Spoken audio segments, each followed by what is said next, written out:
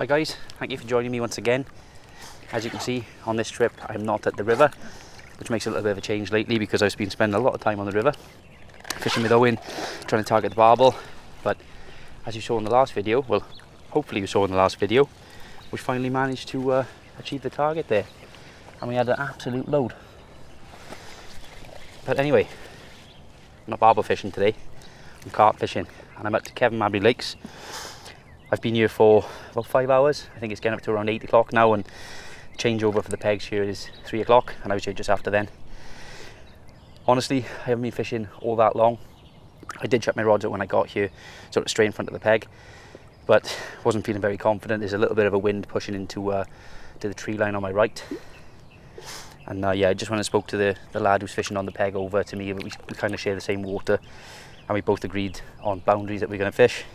So I got my rod down there, and it was away within less than an hour. Gorgeous little common. Very, very pumped up fish. But there you go. Hopefully the sign of things to come. Let's get him back.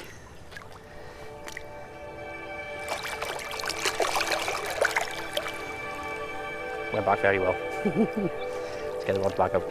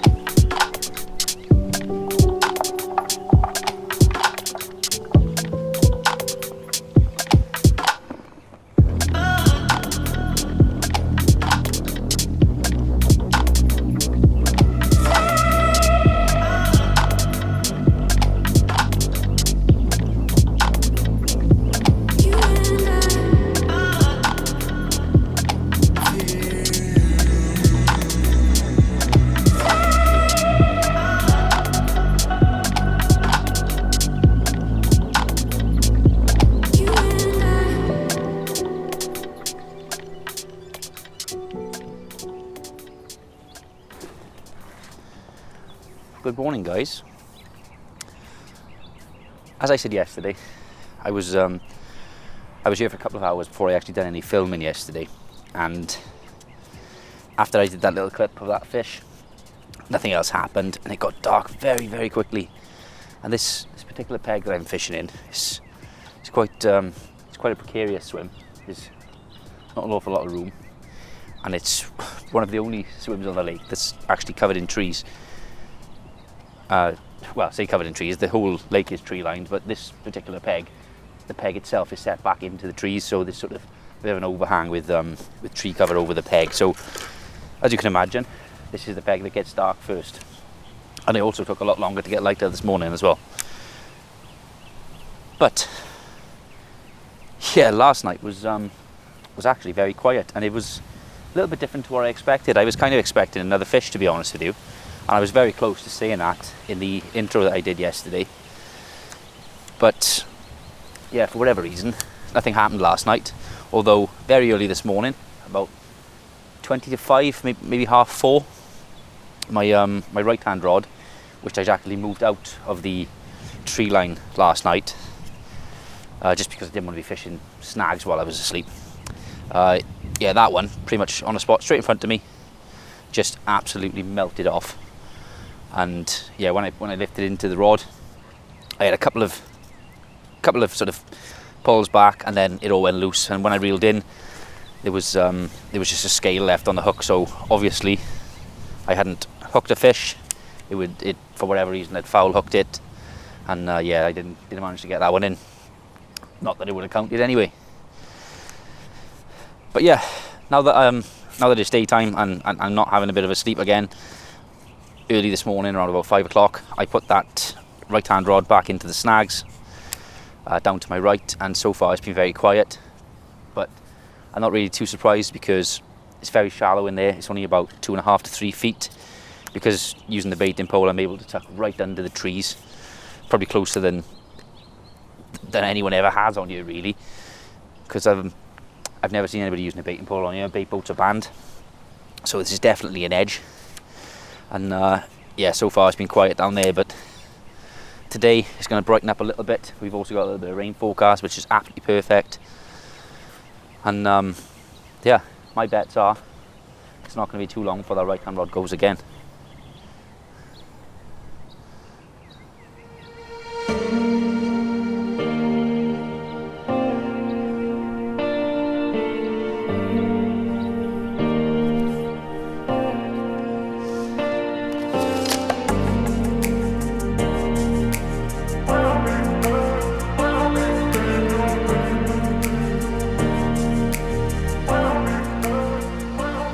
When it came to me choosing a peg to fish on this lake, it's a little bit different to your standard sort of English day ticket waters, in the fact that you don't just book a place on the lake and then choose, use watercraft and choose your peg. For some reason in Wales, it seems to be a bit of a theme with a lot of fisheries where you actually book the peg that you want to fish on the lake in advance.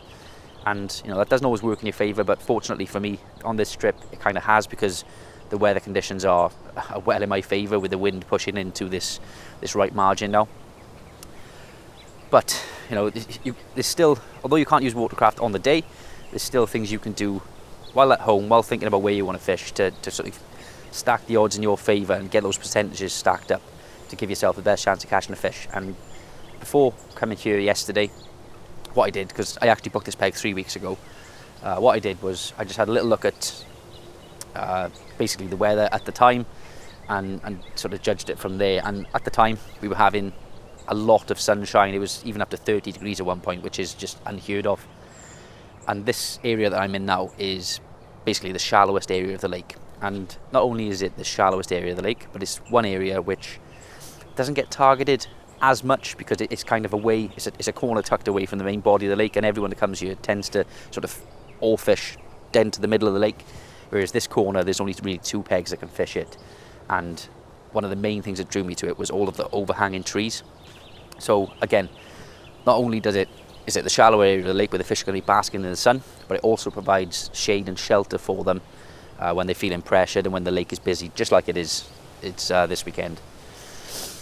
So yeah, although I can't use watercraft on the day to sort of choose what peg I'm going to fish, you can spend a little bit of time at home, have a little bit of a think. Even if you don't know the lake, there's plenty of information these days on social media to find out about pretty much anything you want to know about any lake. So do a little bit of research and try and stack those odds in your favour, and hopefully that'll pay off and get you some fish.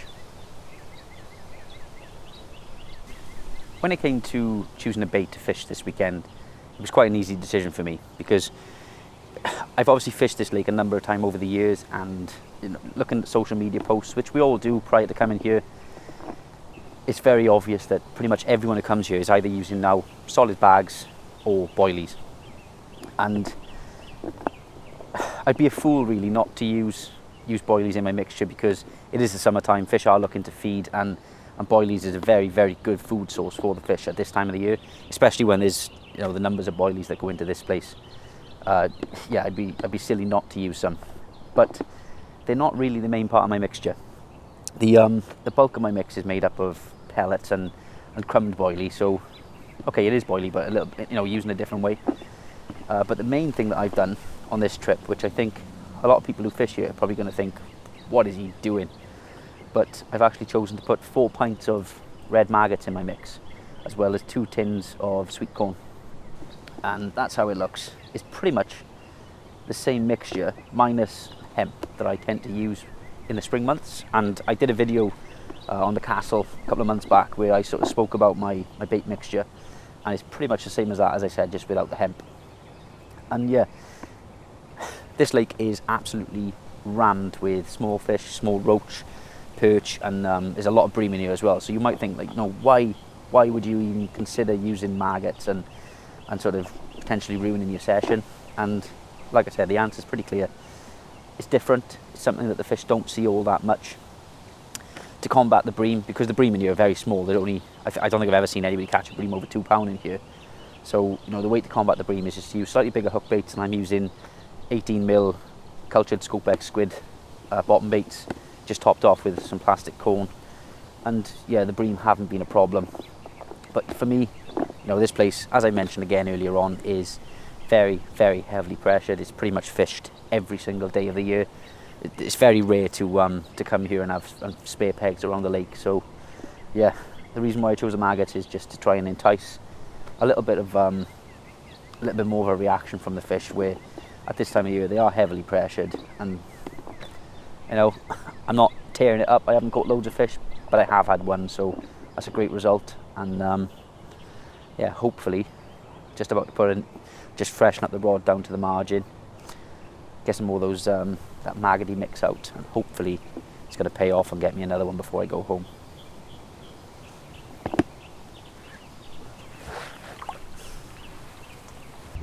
Yeah, the snag rod down on the tree line over there just absolutely tore off. Nearly lost the rod, to be honest with you. I was I heard the alarm go, I heard the beep, and I was so fixated on doing the piece on the rig that I just sort of switched off and didn't even think about what the noise was. So yeah, very quickly ran out, grabbed hold of the rod, which was almost bloody into the trees next to me here, and yeah, I was in. Managed to get the fish in as well. Unfortunately, I've got no footage of it because, like I said, the camera was set up for me to do a piece on going through the rig, which I'll obviously have to do a little bit later on now. But yeah, fantastic result. I've got one in the net, and it's an absolutely gorgeous fish, really scaly one. And to be honest, I haven't had much of a look at it because I just wanted to get this rod out as quickly as possible, back on the spot. But yeah, as soon as this is sorted now, I'll get him out and take a look at it.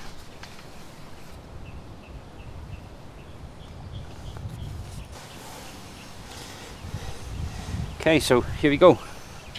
Here's the fish. Not the biggest fish in the lake, but really, really pretty. Quite pale, and you know, that's down to the colour of the water here. It's not very clear water in this lake at all. I'm going to put this fish down a sec because he's going to move. Oh. Yeah, it's not very clear water in this lake. It's quite murky, quite muddy, and yeah, because of that, the fish are quite pale. But I think it's safe to say that's a really, really pretty fish, really nice one. So yeah, just going to very quickly get some photos done. Take 5 to appreciate the fish, and get him slipped back, and then hopefully the rods will stay quiet for 2 minutes so I can actually go through that rig for you. Let's get him back.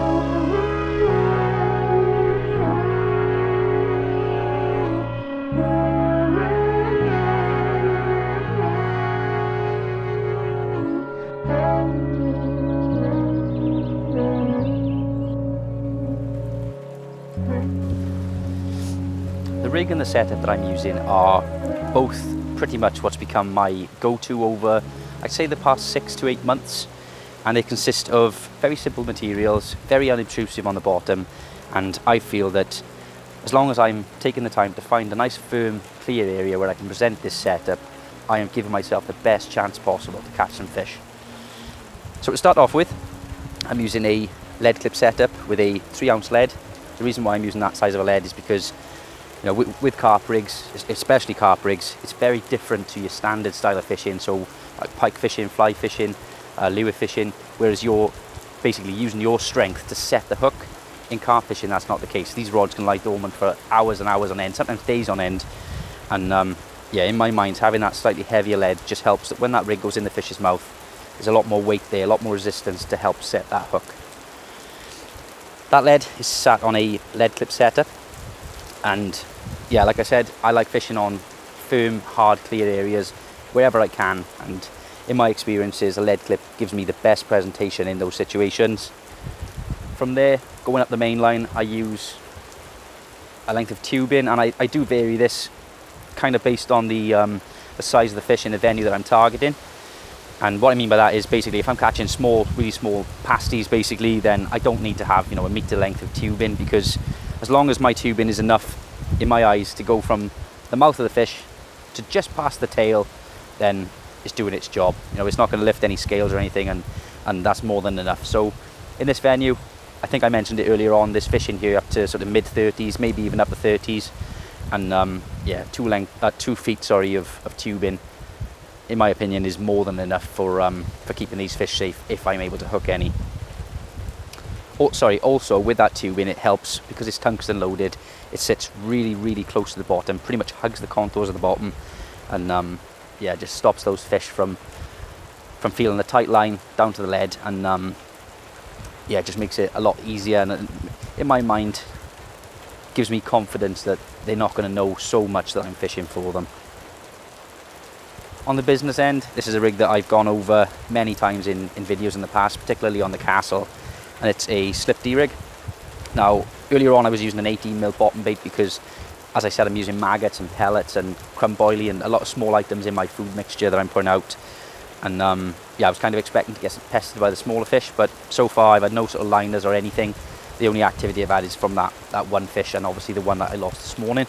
So I've now scaled down a little bit just to make my hook bait match the free feed that I'm putting out. So I've got a 15mm cultured bottom bait there, topped off with plastic corn, again just to match the free offerings that are going out. And yeah, the rig is a slip D rig. It's one that I used an awful lot in the past 6 months, and the reason why I sort of went to this rig, and the reason why I like using this rig so much, is because it's totally different to what 99% of anglers are doing these days.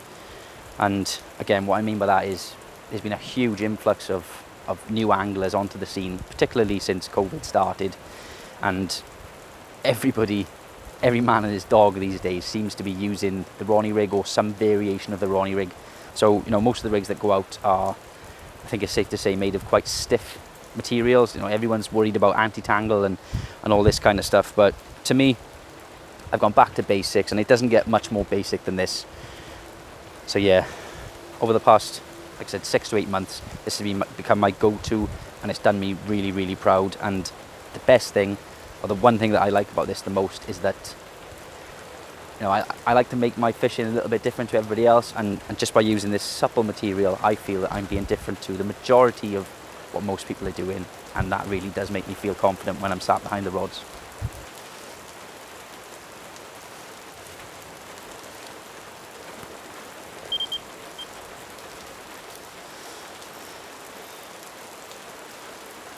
But after I put that last fish back, it was pretty uneventful really, and this now is going to be the end of my session. I'm just getting my my last rod in now, and I have to say I don't really get to do nights all that often anymore, since I'm now a dad, and in the last 10 weeks of having my little one, this is actually the first night that I've been able to do. So yeah, it's really been nice to get out in the bank, chill out, and just have some time to myself, and kind of reflect on my angling. And I hope it's come across in this video, but honestly, it's the little things that count in fishing. And like I said, it's all about stacking those odds and things in your favour, and giving yourself the best chances. And I really do feel that in my fishing, that's exactly what I do, and that's kind of the focus of my fishing. I just want to enjoy myself, be different to everybody else, and just achieve my own personal targets. Hopefully you guys have enjoyed the video. If you are new to the channel, then please don't forget to like, comment, and if you could subscribe, that would really be appreciated. It honestly helps out an awful lot. And at the end of the video, I'm going to put a clip up of a couple of other options for you to watch, so you can check out some of the other content on the channel. And there's one video that's going to be on there which is based on the Castle, and in that video I actually go through how to put together the slip D rig. So if you want to see that, or want to check that out, then that will be in that video there for you. Anyway, I'm getting absolutely soaked, and it's time for me to go home. So thank you guys ever so much for watching. I'll see you on the next one.